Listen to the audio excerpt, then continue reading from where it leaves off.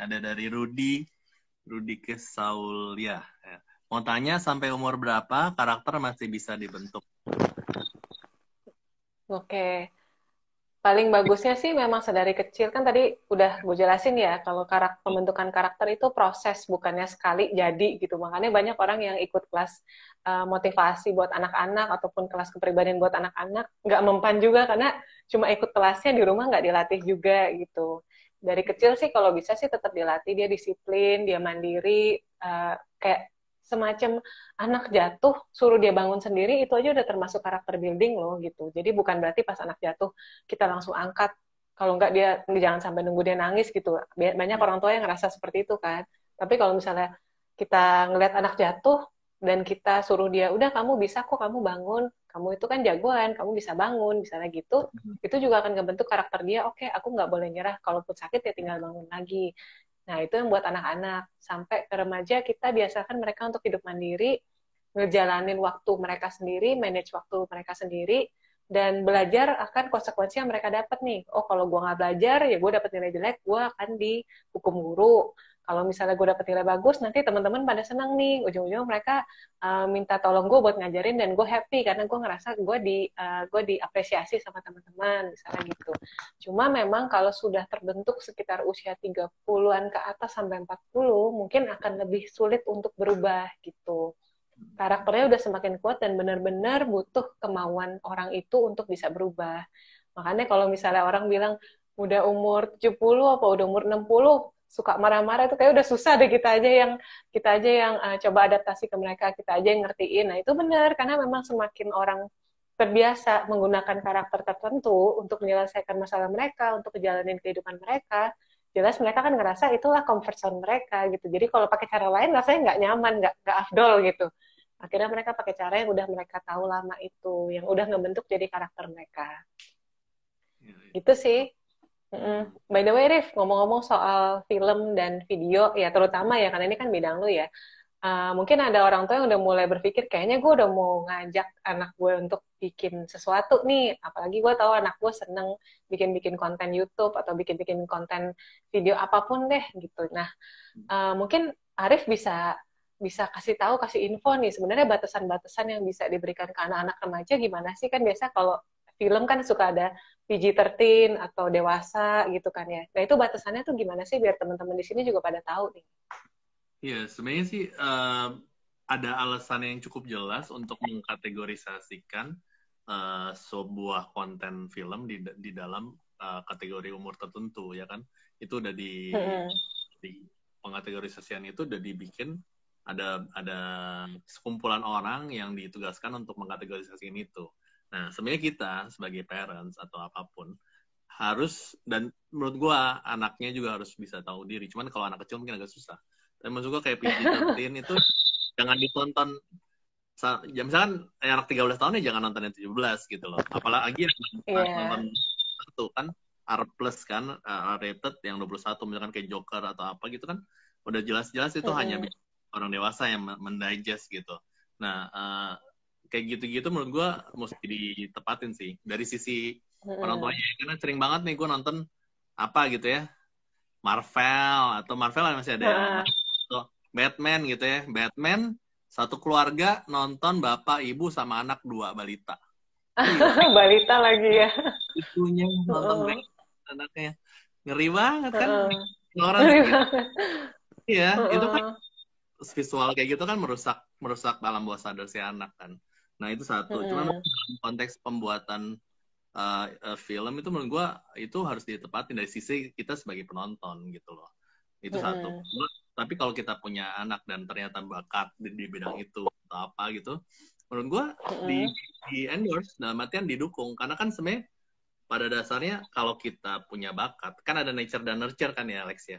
Nature kita mau Tetap harus dibantu. diasah. Iya, kalau nurture yang nggak mendukung ya nggak jalan sebenarnya kan. Dia akan jadi resesif aja.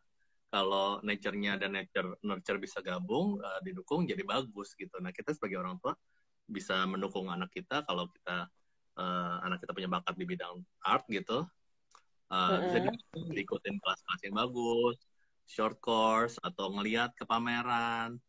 Ya sekarang mungkin ada susah ya, tapi ada beberapa museum yang buka versi virtual tour loh. Ada beberapa Iya, museum iya, gitu. banyak ya. Mm-mm. Ya banyak, kita bisa masuk website kita bisa lihat gitu ya. Gue ingat banget ya, really treat ya, karena gue waktu itu ini cuma cerita aja, bukan untuk menyembuhkan diri. Gue seharian spending di Louvre gitu, di Paris gitu. Itu gila, itu benar-benar real treat for me gitu, karena gue senang banget ngeliatin satu lukisan bisa, kalau yang gue suka banget bisa 10 menit, 20 menit, stop.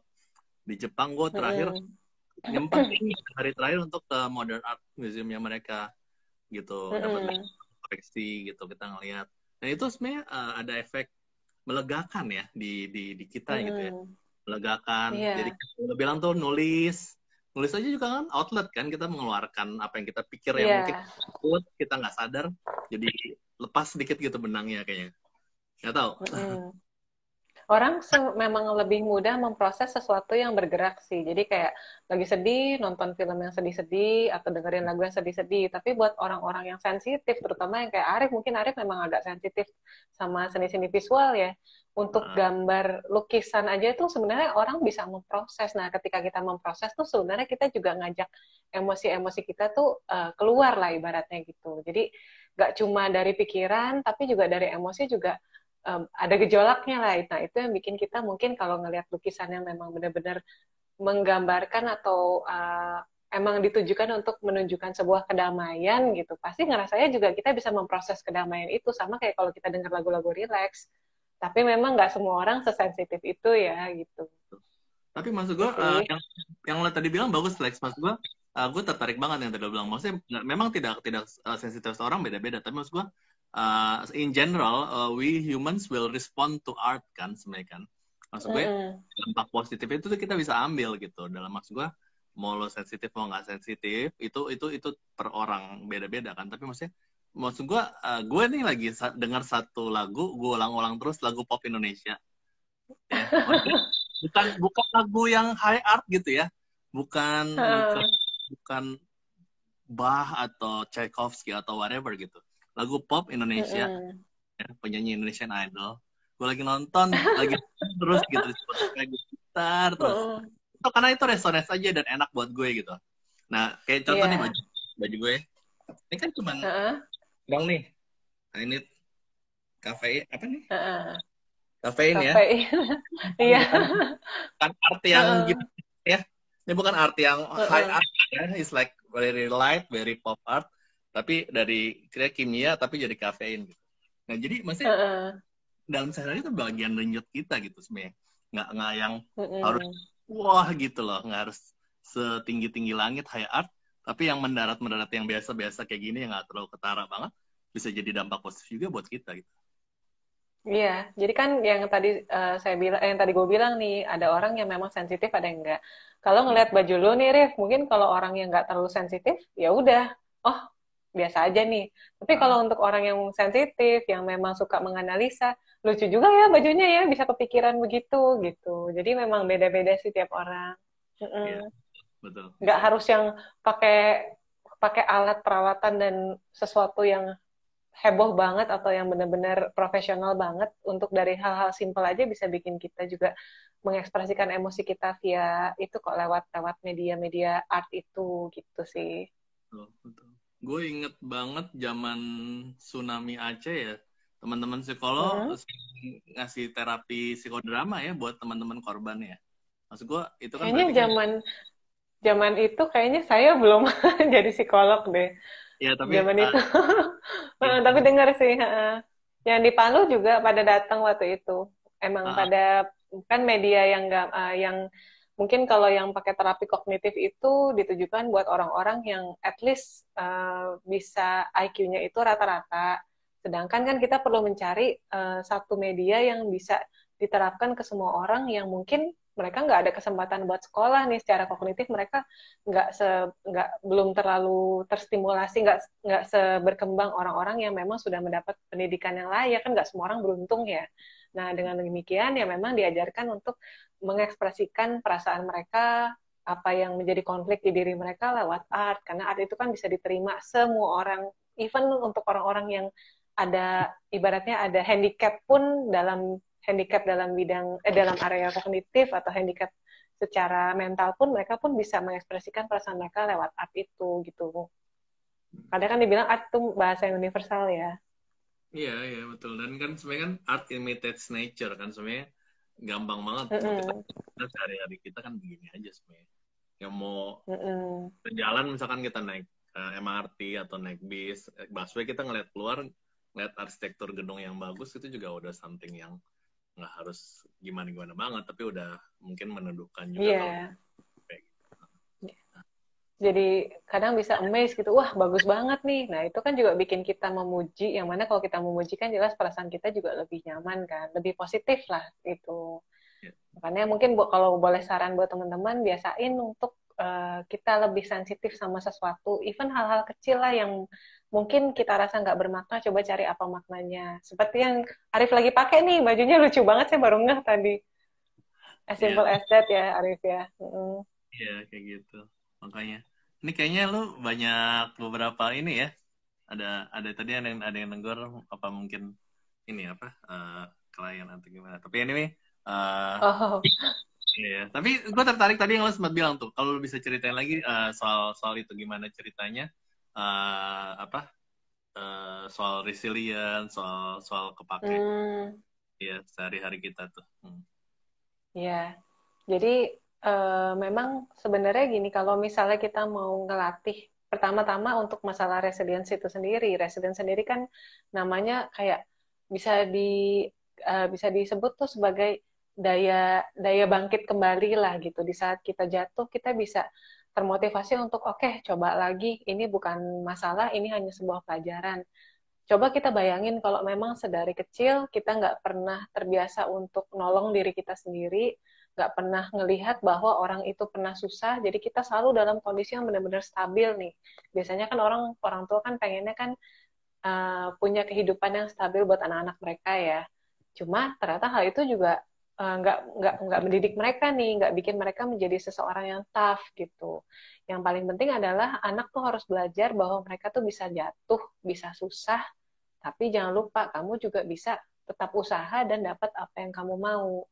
Makanya kan, apalagi kalau buat orang-orang yang suka, kita kan lagi bahas tentang visual creation ya. Visual creation kayak misalnya, kakek gue tuh dulu ini, apa, dia pematung dan pelukis. Dan dia bilang kalau lagi mahat itu salah sedikit ganti batu lagi, nggak bisa diperbaikin gitu. Jadi ada patah dikit, ada somplak sedikit, harus ganti batu, nggak bisa dialusin. Kalau kayak sekarang masih bisa ditambal, dialusin kan.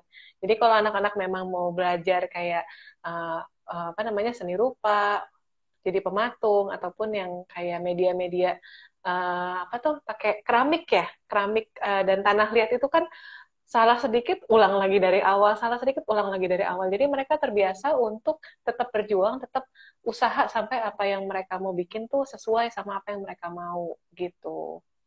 Hmm. Tuh, Jadi kunci berarti tuh. memang Ah, ya, jadi kalau misalnya ada orang tua ngerasa kok anaknya kayaknya itu mulu yang dikerjain, fokus banget kayaknya kalau ngerjain sesuatu tuh fokus banget malah lupa sama sekeliling. Sebenarnya kita perlu apresiasi itu, tapi memang diarahkan, kamu tahu nggak, kamu belum makan, kamu juga perlu nyapa teman-teman loh, tapi mama senang kamu seperti ini, artinya kamu punya daya juang nih. Apalagi kalau kita lihat udah jatuh diulangin lagi, udah jatuh diulangin lagi, terus terus terus sampai pada akhirnya dia bisa. Nah itu kita harus appreciate mereka, karena nggak semua anak bisa seperti itu. ya, keren keren. Wah, Mm-mm. berarti itu wraps up obrolan kita semuanya. Jadi arahnya tuh pokoknya ke situ ya. Itu jadi bahan-bahan kita untuk melanjutkan kehidupan yang lebih bermakna. Kira-kira gitu ya, Alex ya. Mm-mm, mm-mm. Kalau dari Arif sendiri ada tips-tips nggak? Kayak misalnya kalau buat orang tua yang lagi, mereka mungkin nggak punya background nih di bidang visual creation. Nah, tapi pengen ngajarin yang sekarang cukup menarik kan, mungkin kalau ngelukis itu kan ruangan bau ya, harus ada ruangan khusus gitu. Kalau ngegambar mungkin anaknya bosan gitu. Nah, Arif ada nggak sih kayak tips untuk orang tua yang mau ngajarin seni fotografi ataupun kayak seni-seni bikin video, bikin film buat anak-anaknya untuk ya ngebangun karakter ini. Jadi mereka udah tahu nih, oh ngebangun karakter tuh temanya begini, tapi cara yang simple untuk ngajarin mereka gimana ya gitu.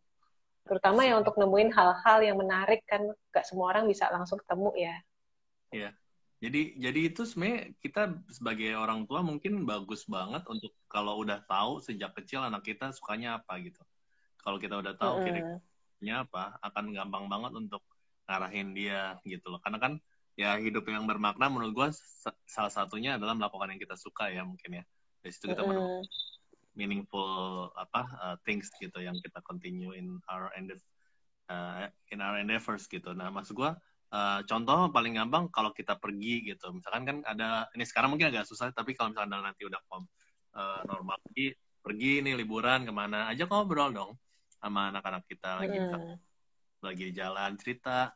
Sebenarnya kan berkesenian itu bukan soal cuman berkarya dalam artian bikin karyanya, tapi Iya, uh, referensi prosesnya ya. banyak. Ya proses dan punya banyak Mm-mm. referensi gitu ya. Kalau kita punya banyak referensi, Mm-mm. baca buku, banyak ngeliat hal-hal yang bervariasi, ngobrol sama siapa aja, itu juga akan berdampak pada karya seni kita yang baik gitu. Jadi kalau dari kecil anak kita diajak untuk banyak melihat tentang keberagaman, tentang orang ada macam-macam, berpikiran terbuka, itu akan berdampak besar pada karyanya dia gitu dan itu Mm-mm. modal dia untuk berkarya lebih baik lagi gitu dan it's not only about it's not only about the craft ya tidak hanya soal bagaimana menggambar yang bagus gitu bagaimana menarik garis Bukan mata produknya ya, bukan bukan hanya produknya gitu ya. bukan zaman itu kayak Van Gogh gitu Van Gogh itu amazing gambarnya gila-gilaan bagus banget gue bisa ngeliat gambar bunga matahari itu bermenit-menit Heeh. tapi maksud gue di balik itu semua ada banyak gitu memang dia gejolak memang dia banyak banyak ini ya tapi maksud gue di balik itu di belakang itu semua ada banyak referensi gitu gimana seorang Mozart di Austria tinggal di situ di Salzburg berkarya berapa banyak musik yang dia bikin tapi ada banyak cerita di balik itu banyak referensi yang Mm. dibikin gitu nggak cuma sekedar bikin tapi pengalaman-pengalaman dia pribadi gitu yang dipakai di situ gue inget banget salah satu filmnya Angelina Jolie They Killed My Father ya dia Oh, pakai iya tahu tahu tahu. Heeh. yang cerita perangnya dia pakai kebenciannya sama bapaknya di dalam film itu dimasukin gitu jadi kuat banget Mm-mm. ini bukan masalah benci sama bapak tapi maksudnya dia menggunakan itu untuk masuk ke dalam itu memang dia benci banget sama bapaknya Iya. anyway maksud gue ceritanya adalah poin dari tadi adalah sebenarnya ya satu dalam kita berbuat karya membuat karya seni itu tidak pernah lepas pada kediri kita sama apa yang kita tahu apa yang kita baca apa Mm-mm. yang kita lihat kemana kita uh, sama orang tua kita sama apa namanya berpikiran terbuka dan relate to people ya sebenarnya gitu sih. Mm-mm. Iya sih, memang dulu kakek gue pernah ngajarin yang pelukis dan pematung itu ya. Dia itu kalau misalnya dapat pesanan, nggak bisa diburu-buru tuh 5 hari gitu, nggak bisa. Jadi kan suka ada orang minta pesan lukisan sama dia, lukisan wajahnya, nggak mau cuma dikirimin foto doang.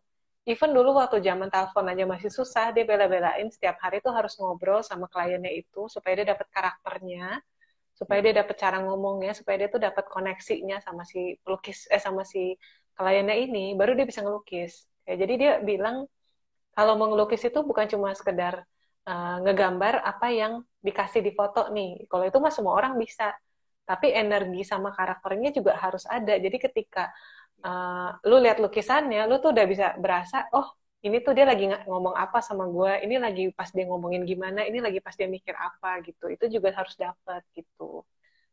Emang sih nggak semudah yang orang pikir cuma ngelukis ya. Ya benar-benar banget sih itu gue juga inget banget Mm-mm. kalau gue harus motret orang gitu ya gue nggak Mm-mm. hampir nggak pernah gue nggak ngobrol sama orang itu jadi nggak cuma motret Harus doang ngobrol dulu ya. Mm-mm. gue perlu tahu apa dapat oh nih orang gini ya gue ada rasa di situ gitu ada koneksi ya di luar Mm-mm. teknik memotret yang benar dan bagus gitu cuman nggak gitu doang ada banyak lain kayak kakek Mm-mm. jadi ya lo harus pas gitu dapetin portraying the human being or the person in front of you lah kira-kira gitu kan Iya, bukan cuma portretnya doang ya. Bener-bener harus kehidupannya, cara ngomongnya dan lainnya gitu. Kesannya lah ibaratnya, kesannya mesti dapat banget. Hmm. Lex, ini kayak kita takut kepotong. Kalau kita rep up apa ya kira-kira? Biar nggak kepotong. Nanti kan Boleh? by default gitu ya, by default kita harus potong sama Instagram kan. Mungkin dari Langsung ke ini nih, ke pesan-pesan buat teman-teman di sini ya, Rif ya. wrap up-nya aja. Oke. Ya, jadi kalau pesan gue sih buat teman-teman yang nonton di sini, semua hobi itu pasti ada faedahnya lah. Jangan sampai kita berpikir, oh hobi game nggak ada faedahnya, hobi YouTube nggak ada faedahnya. Itu nggak seperti itu. Yang jelas, gimana caranya kita sebagai orang tua ngebimbing anak-anak kita supaya bisa melakukan hobi-hobi mereka dan mengembangkannya menjadi sesuatu hal yang bermakna buat mereka, terutama ya untuk membangun karakter itu. Jadi kita pilihin temanya nih, kalau perlu kita diskusi sama mereka, apalagi kalau udah remaja kan nggak mungkin ya kita yang nentuin, oh kamu bikin ini, tuh enggak. Tapi kita yang ngasih tahu, gimana kalau kita bikin ini, tujuannya buat nanti kalau kamu ada proyek sekolah, ataupun nanti kalau misalnya sekedar bikin yang kayak ucapan happy birthday buat temen gitu kan, ngelihat orang-orang tuh pada ngomong apa aja sih tentang teman kamu ini, itu kan kamu bisa ngelihat bahwa orang tuh berbeda-beda, responnya juga berbeda-beda, itu juga ngebangun karakter, oh gimana ya penilaian orang ke orang ini, gimana ya minta orang ini untuk ngomong gitu, yang mungkin tadinya dia nggak nyaman untuk ngomong sama orang yang dia nggak terlalu kenal, tapi akhirnya dia ngomong karena dia peduli sama seseorang, as simple as that gitu. Jadi kita yang coba diskusi sama dia tentang temanya, dan nggak usah mikir yang susah-susah dulu deh, udah harus pakai kamera profesional dan lain-lain, nggak perlu seperti itu. Even dengan kamera HP aja itu bisa bantu mereka untuk lebih berkreasi dengan modal yang minimalis, tapi dia bisa ngembangin karyanya tuh yang begitu hebat, misalnya pasti kan dia juga punya apresiasi sendiri yang berbeda gitu. Nah kalau dari Arif gimana? Ya exactly sih sebenarnya inline sama yang tadi lo bilang. Intinya kan dari obrolan kita kan kita harus bisa terbuka banyak hal sih menurut gua. Sebenarnya kuncinya salah satunya itu.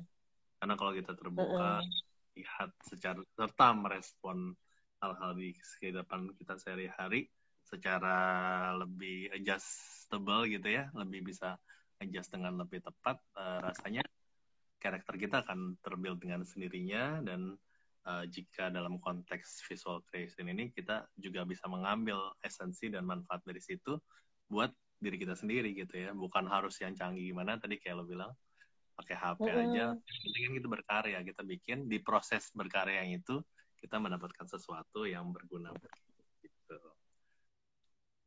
Thank you banget Lex, gue senang banget ngobrol. Iya, sama-sama. Semoga informasi yang kita diskusikan nih buat teman-teman bisa berfaedah banget ya untuk malam ini gitu. Ya, oke. Yeah. Thank you banget Arif. Ya, thank you banget buat yang udah dengerin dari tadi. Dadah semuanya.